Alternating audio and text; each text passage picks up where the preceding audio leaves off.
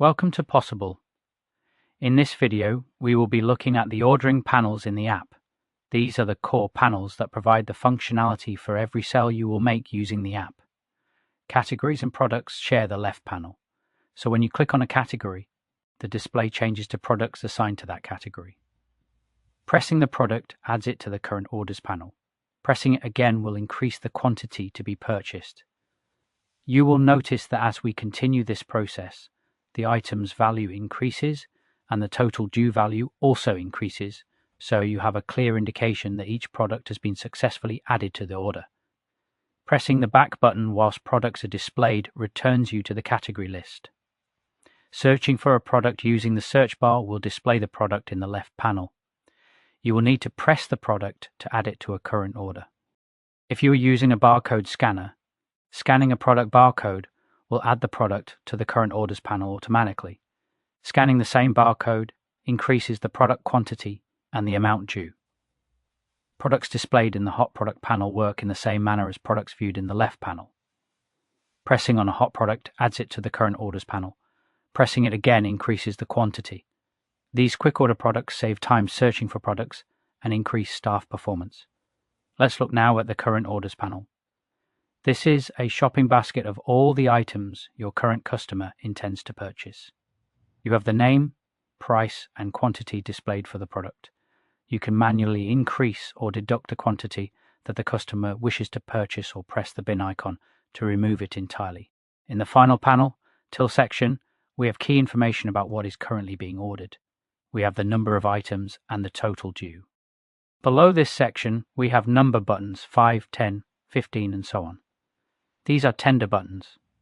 If a customer is paying in cash, it is good practice to enter the amount received using a tender button. For example, the customer orders a coffee and hands the app operator £5.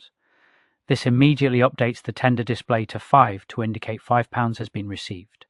The change value is updated to display to the app operator that £2 1 penny is due to be given back to the customer.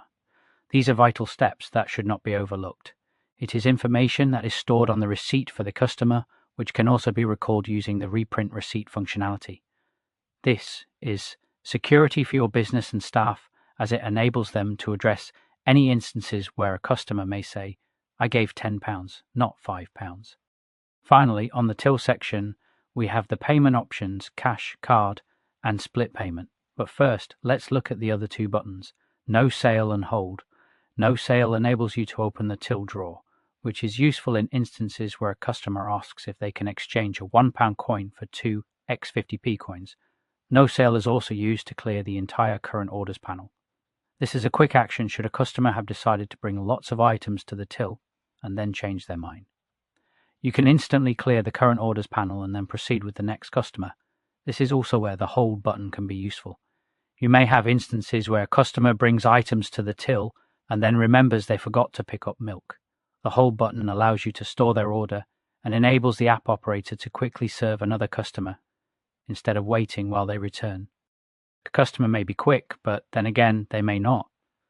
The Hold button enables app operators to make a decision on whether they should wait for them to return or continue serving other customers. If a current order is placed on hold, the button switches its status to hold on with a value indicating how many items are on hold. Simply press this button again to bring the order back into the current orders panel. Finally, we are at the payment stage. Pressing the cash button will open your till drawer for the sale to be completed. Pressing the card button will launch the integrated payment provider you have elected to use and launch their payment process. Both MyPOS and Stripe differ slightly in how they handle and look while processing card payments.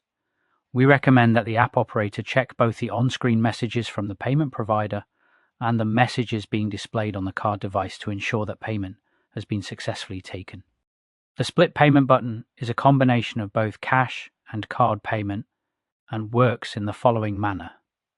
When ready to take payment, pressing the split payment button will display a window requesting the amount being paid in cash first. For example, the customer is purchasing a coffee and wishes to pay £1 in cash and the rest by card. Press the split payment button and enter 1. Press continue and the card payment process will immediately start, requesting the remaining amount due. There is no need to press the card button.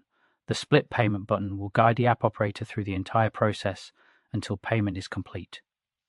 That is the end of this video. Thanks for watching.